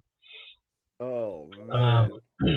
But yeah, Nick's very, very first house when he was following me. I can still see this house plain as day. Never will forget this. Goes to the door. It's a white house, you know, little 2-story with a nice little step-up porch. Beautiful day. Kids are outside. Toys are everywhere. Mom opens the door. She's positive as she can be, and she's like, "Can I help you?" And Nick just smiles and he just freezes. And I'm like, you know, "Where's your approach? Where's it at?" And he looks back at me and he just smiles. And I'm like, say something. And she's like, "Can I help you?" And like she's like waiting for him to like invite himself inside. And he was like, he didn't say a single word. And she's like, "Do you need to come in?" Like he didn't say anything still. And all he's doing is just looking back at me and then looking at her. And she's like, "Well, I guess I'm gonna close the door now." And so she closes the door, and I'm like, "What the hell just happened?" Like she asked us if we need to come inside, and he didn't say anything. And I was like, "Oh man." I was like, "This is gonna be a long summer." Gonna be a long summer. Oh man. You just gotta love it when a first year just fumbles like that. Yeah, I mean, it was a total laydown. She was a buyer all day long. But that was you know, a bag that went missing. That's what. Oh yeah, that's what that was. Yeah. Oh, good times, man. Nick, and the funny part is I've met Nick. We've had him on, so just like putting that together with like putting his face and his personality with that, it's funnier if you spent some time with Nick. It's extra funny, man. Oh yeah, that's so good. Well, and it's you know, even still to this day, and Pedro and I talk about this from time to time. Like I don't. He's always been very, very good with like number sense and things like that. He can just do them in his head. And I've always been more on like the organization, the wording, like the why behind the how to and the how to type of thing. So our minds just always worked quite a bit differently, but for very good, for very good intentions on either side. So it worked well together for for a long, well, still does. And I'm sure he doesn't mind me saying this. He was never like really great at selling, but he did very well just because he was professional. I mean, people love to be around him. He's just kind of one of those people. But as far as like being an all-star stud salesperson, I mean, that's not his character, but he did very well just because of his. I don't know. It's kind of hard to explain if that makes any Yeah, sense. But I know what you mean.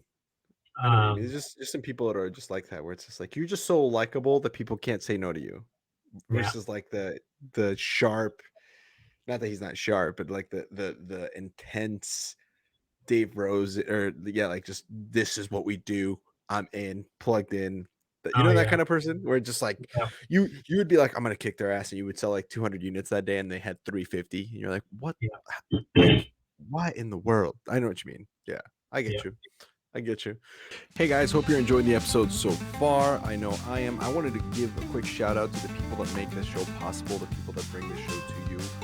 These are people who all sold books, and we're here to give a quick shout out to them in a spotlight about their company and what they're up to. So if you're interested, or if after listening to this, you're kind of wanting to know a little bit more, feel free to click on the links below to connect with these people.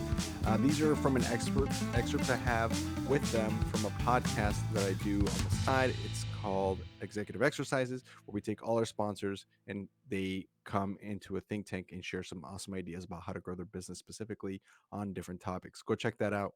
But I pulled some of the comments that they had explaining what they do and who they're looking for on their companies. And so if that sounds like you, like I said, click below. Hope you enjoy.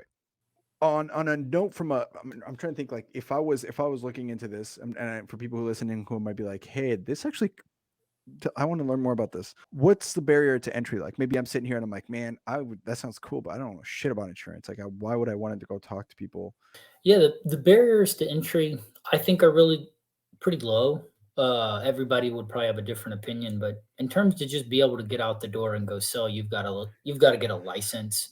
I have my life and health license because you needed the health license at Family Heritage, or if you want to sell Medicare products or certain types of health products, you Right. have to have the health side. But what it takes to get either one or both of those licenses is roughly the same. You take a study course. You may need to study for 15 hours. You may need to study as many as 30 hours. But like with Cardinal, we've got a pretty cool course.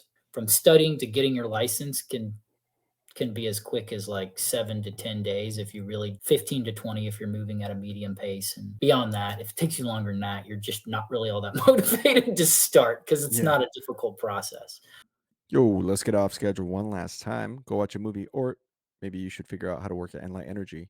Alex Black is crushing it down there, and a former DSM, Julio Hernandez, are both running this company. And man, they are cranking 10 people on their team and growing. It's enough that Alex only has to sell like one thing every other week and make over 6 figures. So if you want to learn more about that and maybe help change the planet, click on the link below. That'll do for now. Like I said, make sure you click below to get some more information. And now back to the show. Let me see a little bit, because we have about 20-25 minutes here left. Let me see some of these PaceSetters that you had, because just so Yeah, people man. know, we were talking So about this before we started recording. So you had I've got a couple, and in fact, I've got let's see, so Pennsylvania, Ohio, Georgia, no, Tennessee. No, I'm sorry, yeah, Georgia and then Tennessee. So the Tennessee year, Quintin's wife, Jessica, we were co-OLs, and so this is 08. So Jessica's we great. won this adversity award because the vast majority of our org quit. Like I had a rookie, Zach Taylor, loved him to death. He was doing really well. I don't know. There was just some weird things going on in the org, but everybody was quitting. I actually got one of our student managers. I feel bad about this, but it was a really funny story. Jessica and I went to get ready for a Sunday meeting one night, so we went to Walmart. It was kind of rounding towards the end of the summer, and we had this Chinese girl that was in our org, and English wasn't great. You know, she's a little bitty old thing, real innocent, super sweet girl. So me and Jessica go to Walmart to get some stuff, and we bought. Do you remember back in the day these drinks called Spark? It was an alcoholic energy drink. It sounds familiar. I think I know what you're talking about. A Spark. Yeah. I don't think they make them anymore, but we bought one at the Sunday meeting. Excuse me. I gave one to her. Name was C. So I gave her one of these Sparks, and Jessica was like, "Yeah, let's give it to her and see if she drinks it." She's like, "No, it says alcohol on it." And I was like, "No, you know, like those candy cigarettes, like it says cigarettes, but it's actually candy. It's the same thing with this. This isn't alcohol. It's just a drink." She's like, "Oh, okay." And she takes like 2 or 3 drinks, and then all of a sudden she's hammered. Her face is beet red. She's passed out in the back seat of Jessica's Camry, and horrible. Me and Jessica felt horrible, but at that time we didn't care because everybody was quitting. But the cool story about that, there was a lot learned that summer, and Quintin was in our org that summer as well. That's where Quintin really started kicking ass, because for his first couple summers, he didn't sell a lot. And he started just crushing it. I actually had a chance to follow him once as well, and he was very professional, very well organized. But my 3 years full time, and because when I graduated Tarleton in 2007, they said you can pick any school in this state or wherever you want that you can go recruit at full time. And I said, well, where in Texas is there a blank campus? I want nobody else there. And he said, or Mark Rao, he was like, Texas Tech doesn't have anybody. We have some history there, but nobody's there currently. I said, great. I want to start from ground zero. I want a blank canvas and see what I can do. So 3 years in a row, back to back to back, I had the largest teams in education. They were all over 15 person. That summer in 08 was horrible. Just about everybody quit. But the next summer, which was 2009, that was Pedro's first summer. And we were in Mississippi. I was the OL. Nick was a co-OL, I believe. We got off to a pretty good start. I had Micah Degtoff. I had Jesse Saldivar, Alyssa Jordan, and I still keep in contact with a lot of these folks. But the crazy part about that was I ended up dating my number one rookie before the summer was over. That's a whole different conversation. But oh yeah, it was kind of like, and I used John Thomas and Amber as my example, because Rao was like, I don't like this, and I was like, look at them, they're doing it and they're successful. And he was like, Trav, seriously? And I was like, no, seriously, if they can do it, we can too. But anyways, so I've got let's see here. Here's Pedro when he made the pace setter. Oh my God. There's Pedro. And the one that was going sharp Pedro. Look at good looking fella. Well, so Matt Atchison, he was in power and I was education. Oh, I know Matt. So him and I were neck and neck basically the whole summer for the number one spot in the company. So he would make the pace setter. My team would make the pace setter. You can see my team there. There's my crew again. There's Alyssa, which was one of mine. And then, of course, another pace setter there. But we ended up having a really good summer, had the number one rookie in the company, the number one team in education, won the GRG trip that year. Quintin went on that trip with me because he had a very, very high producing team as well. I forget how many of the rookies were top first years in the company, but it ended up being, number 2 company wide, number 1 in education. But it was a very good summer. Learned a whole lot that summer. That was a very humbling summer, but also probably one of the most growth providing summers for me, just in terms of leadership. Even though I ended up, getting together with one of my rookies before it was over, but that was I don't always recommend that. Well, could you share some of those principles that allowed you, because maybe someone listening right now is trying to get a big team that produces well, because you either have I feel like as a full-timer that I tried, I never got a big team, but I got them to produce okay. I never mastered either one, so I don't know no advice to give. I mean, I did okay training, but how do you get big numbers? How do you get big numbers to produce big numbers? That went all the way back to, if you want your team to sell a lot, you have to sell a lot first. The summer before that, I wasn't the summer when Jessica and I actually had a 328 unit Saturday one time over there when we were in Tennessee. It was a very, very, very big Saturday. So I had some pretty good numbers that summer. I think that ended up being a 6,200, no, 7,200 unit summer or something like that. Not I bad. mean, it was a good summer, but I didn't learn anything because me and Jess got our ass kicked all summer. Everybody quit. So I thought it was just all about just sell a whole lot and you'll be fine. That is a thing.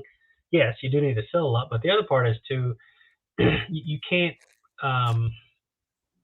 like I was kind of becoming untouchable. Like I was producing at a different level, but I wasn't listening to when they were failing and trying to just resonate with what they were going through.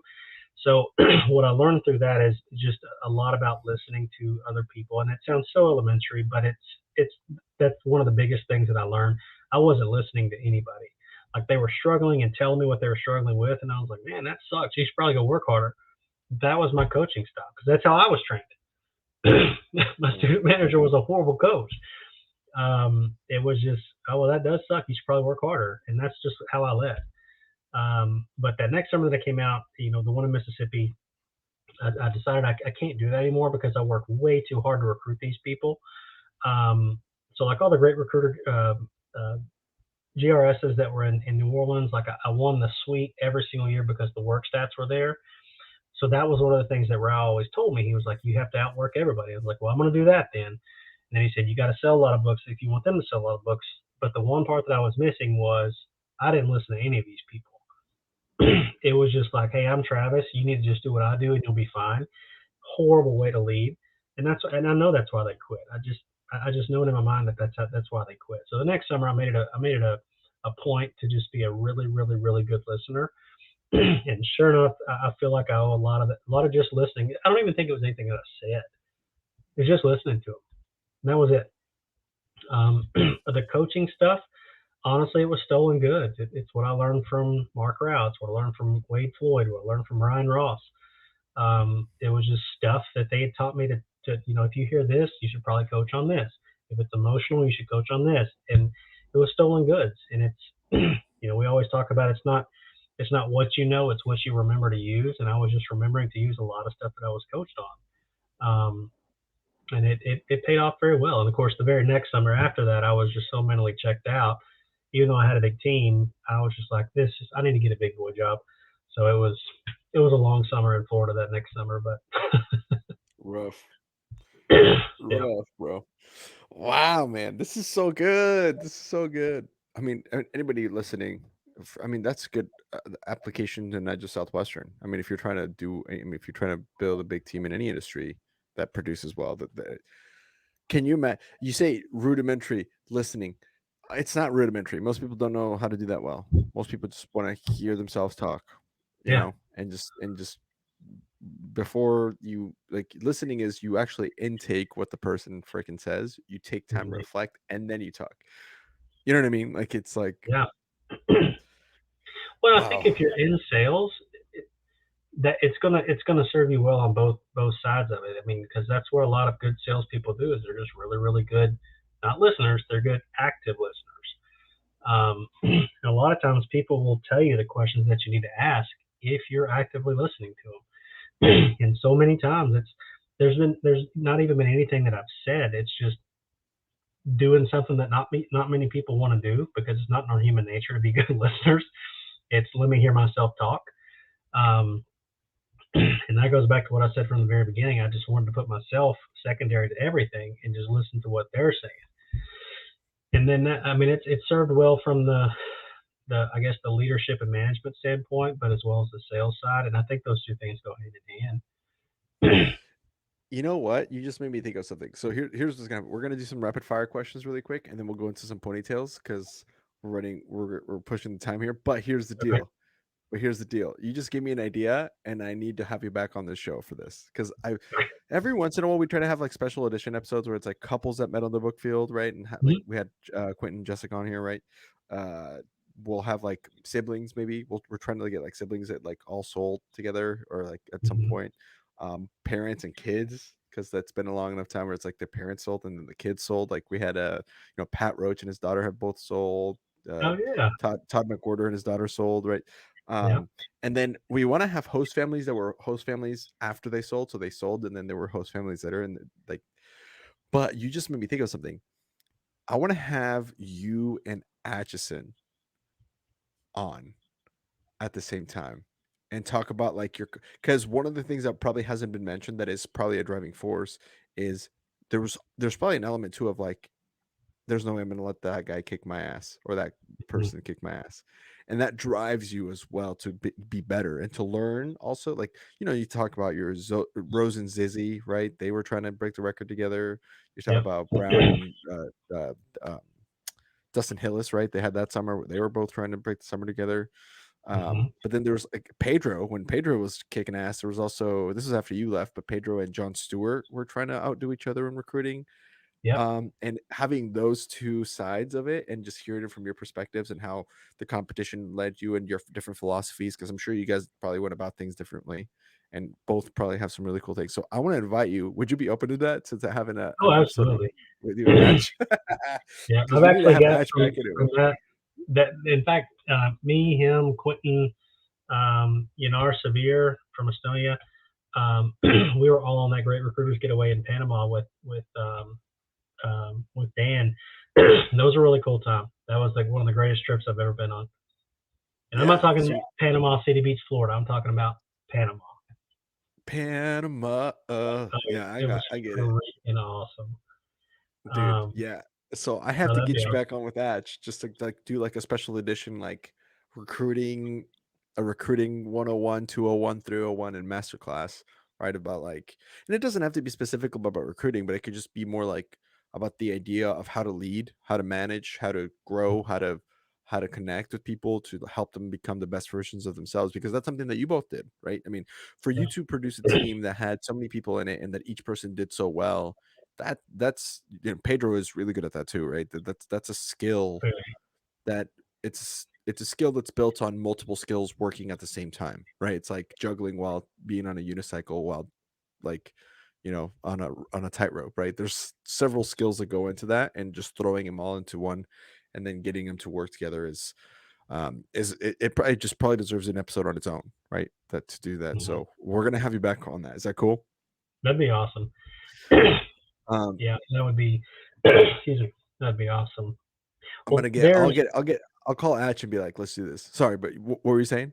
No, you're good. Just I remember, man, it was such a cool trip because I think Nebraska was in some sort of championship at that point, and I was like, man, am I going to be on this trip and be rooting for the dang Cornhuskers while I'm like, all right, whatever. Hey, you know what? That's probably the last time we were competing for any sort of trophy. Yeah. No, As a Husker, like that was probably the last time we were doing anything that was worthy of any sort of championship. That would have been, on- I guess, 2009. I've actually got a book somewhere with a ton of pictures. But no, it reminded me real quick, funny story. Yeah. Yanar Severe, because when recruiting was going really, really well, they had me speaking at Southwestern a lot, which was really cool. It was a really, really cool thing. The Estonians wanted me to come speak for them about some stuff. And I was talking to Yanar and a couple other people, trying to learn a couple of words, so I could be cool. And we were joking around and said something about, I want to learn how to say hello, but I also want to learn like a bad word, like how do you say dick or something like that. And so when I got in front of them to say hello, I accidentally said the other one. And I basically just said dick in front of all the Estonians and all the DSMs, and everybody was looking at me like, what the fuck is wrong with this guy? And I'm just looking at, and he was like, I think it was Yanar. He was just looking at me like, no, that's not the one. I'm like, oh shit. But well, I guess we could say you're kind of bilingual then. We'll just yeah, absolutely. Absolutely. Oh man. That All was right, really let's jump cool. into oh man, let's jump into some. Well, actually, yeah, let's do some quick rapid fire questions. The ponytail, and we'll wrap her up. How's that sound? Yeah, and there's one small story that or I guess it's a for me it's a pretty substantial story from very, very, very first day in the book field ever to when COVID hit a couple of years ago. I mean, I can run through that now, or let's just do it. Just, you know Well, what? 'cause Screw it. Let's get into it's that. That sounds way more interesting. well, it's not even like there's nothing entertaining per se, but it's just it just kind of I guess a solid foundational thing that I learned from that very first summer that a lot of people are like, well, you know, what are we learning foundational principle? What are we learning now that we're going to use someday type of thing? Um, so very first day of the summer up in Pennsylvania, and I took my truck that I drove up there. I don't even know how the truck made it, but I made it. So very Love first cars. day, there's this neighborhood that, well, that's everybody's vehicles in the summer, right? I parked my truck at this post office, and this is in Dunmore, Pennsylvania. And I started walking down the street, knocking on doors. It was early in the morning, like 7:15, 7:30, something like that. It was kind of chilly outside. And for years, I've had this thing to where I'll all of a sudden break out in hives for no reason. And so one of the things that Brian Ross told us at the very beginning of the summer, if at the end of the summer you can show us your cell phone bill and show that you did not use your phone between the hours of 7:59 a.m. to 9:30 p.m., we'll give you an extra $100 at the end of the summer. And so I was like, $100 to just not use my phone? I am Done. in. In fact, I had a couple of emergencies and I used a pay phone just because I didn't want to use my cell phone. I'm talking, I was sold. So much so that the very first day I started breaking out in hives. And I didn't have an EpiPen, I didn't have an inhaler, I didn't have anything. So I ran back to the post office, and the lady in there, I was like, ma'am, I was like, can you call 911? I was like, I'm breaking out in hives. She was like, well, do you not have a phone? And I was like, I can't use my cell phone. And she was like, but you're breaking out in hives, and I can't let you use this phone. And I was like, well, I don't care. I'm not using my phone because I want $100. And I was actually trying to explain to her this while my throat was closing up and my eyes were bugging out. So finally, when I passed out, she calls the ambulance. They take me to the hospital. I wake up, they give me an EpiPen, and I'm like, I don't know what's going to happen. I was like, I can't afford this. I don't have insurance. I don't have this. And I remember thinking, this is a really, really good opportunity to quit. Like, this is perfect. Everybody will understand. I can go home and say I couldn't afford it, and everything just is going to suck. And I was like, this is my perfect chance to quit because this already sucks. So the nurse lady came back over to me. She said, hey, what did you say you were in town for? And I said, I'm from Texas. I'm selling these kids' books and blah, blah, blah. She's like, the educational kids' books, right? I was like, yes, ma'am. She said, okay, I thought so. She said, I tell you what. She said, we got you a cab on the way over here. A group of us pitched together in some money, and we got you an EpiPen. She said, I want you to take this with you. Cab's going to take you back to your truck where you just were, and you just go have a great summer. And I was like, huh? She was like, I love the books. She's like, if you find me, I'm buying. And I didn't ask, where do you live? Because I wasn't thinking about that at that point. Sure. So she said, you just go have a great summer. And I was like, crap, now I can't quit. I was like, because she told me to go have a great summer. Yes, basically. No, not basically, she did. So I went back to my territory and I was in tears crying. I was like, I really need to quit because this sucks already. And I went to this lady's house, and she kind of like Nick's first day. She opens the door, invites me in, bought everything, showed me how to use the credit card because we had the old credit card reader where you had to scrub the thing over it and imprint it. She showed me how to use the credit card machine. It was 35 units, all the kids' books and everything else. So anyways, I ended up staying, had a good summer. Fast forward all these years later, it's a couple of years ago. I lost everything with the business partner because he stole all my money. Nick, and I don't mind sharing this, he actually loaned me money to get some leads to get me up to do a push week. Like, he was helping me get out of this hole that I was in. And so it was February of 2020, and we were seeing some really, really big numbers with our group. And I was like, this is the year, because I'm young, I'm single, I don't have anything to do, might as well just go to work. And I was like, this is the year I want to break the company record, and I want to see what we can do with this thing that we're putting together. So that's February, and I said, all right, July of 2020 is going to be the month of this year that the company record's set, and we'll go from there. March rolls around in 2020, and you know what happens. Everything goes to hell. And yeah, they unleashed something on us. So a lot of people, because I'd already said that this is what I was going to do, and a lot of people were like, well, what are you going to do? I mean, this is a great opportunity to kind of back away from what you said you were going to do. And I was like, this is exactly this. It reminds me so much about my very, very, very first summer, my first day in sales. And I was like, well, I guess I'm just going to do what I said I was going to do. I don't, it served me pretty well so far. So I'm just going to see what happens. And sure enough, July rolls around. It was the first time we had seen above. It was had $13,000 day somewhere in there. First time we'd seen over a $20,000 week. It was like 24,000. Ended up being a $64,000 month, and the previous record was like 52,000. So I say that because that the one little bitty thing from that very first summer when the lady was just like, I was like, I just need to go ahead and quit because this is a great opportunity.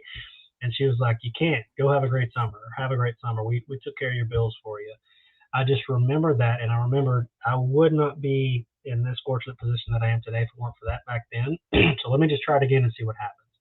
And that's what ended up happening that particular month. But what's really cool about that, I don't say that to say anything in a braggadocious way, but what happened after that was the coolest thing ever. Franco Cruz saw what I did, and he was like, I'm going to break the record now. 2 months later, broke it, 70-something thousand. And then just from that point forward, it's been so cool to just see this snowball of people just saying, there's more here. Let's find it. Like, let's keep finding, let's keep climbing, let's keep going, let's keep going. So when we talk about like in business and in longevity, how do you not burn yourself out, but how do you continue to learn more? Well, even though you've reached this certain level that seems like it could be a pinnacle to something, but you see other people that are making your initial record just look like rookie numbers. I mean, I would be extremely, insensible to not want to learn from those people as well. People that haven't done this for even a fraction as long as I have. But it's so cool to see all those people that have come to work with us that are hitting those numbers on a daily and weekly basis. It's not just happening once every here and there. It's every single week.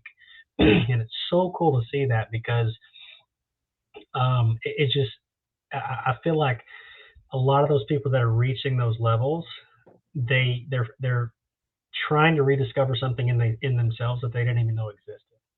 And it's extremely motivating to see that because you see people who have never sold anything a day in their life that are making $100,000 in 6 months.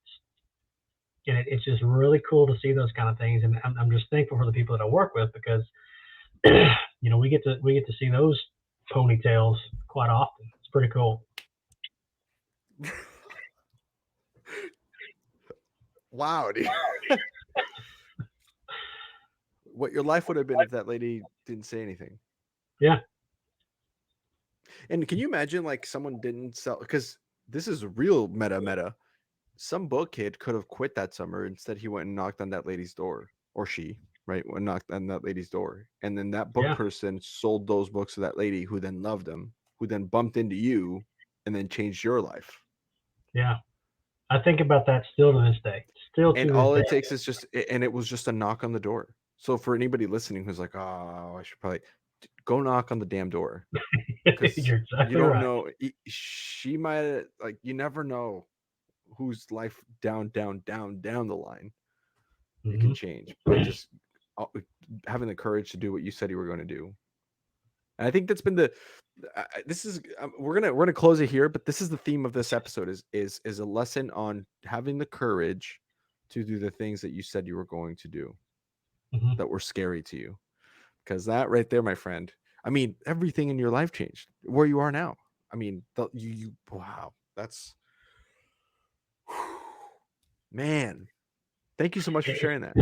Yeah, I mean, I know it's not a funny, juicy story. I mean, we can share some of those maybe on a Bizzler trip or something, but no, it's because I've got plenty of those.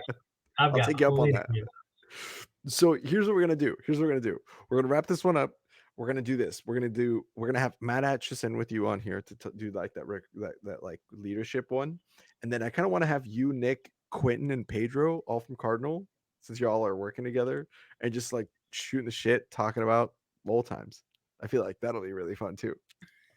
I can tell you the story about the time that me and Nick went and tried to buy drugs and wrote a check. Okay. Pause right there. All right, guys. This has been episode 199. I hope you guys enjoyed. I had a blast. I've learned. I mean, take some notes. Hopefully, go back, listen to this again. This is. I mean, it's laced with gold nuggets on this one. Thank you so much for listening, Travis. Thank you for being here, man. I'm glad we got to do this today. Absolutely. Thanks for having me. I appreciate it. I really do. Yeah, hope you had fun, man. My name is Andres Gamboa, guys. We'll catch you on the next one. Episode 200 coming up next. Please stay tuned for that one. Sign up for Bizzler down in the link below. See you, everyone.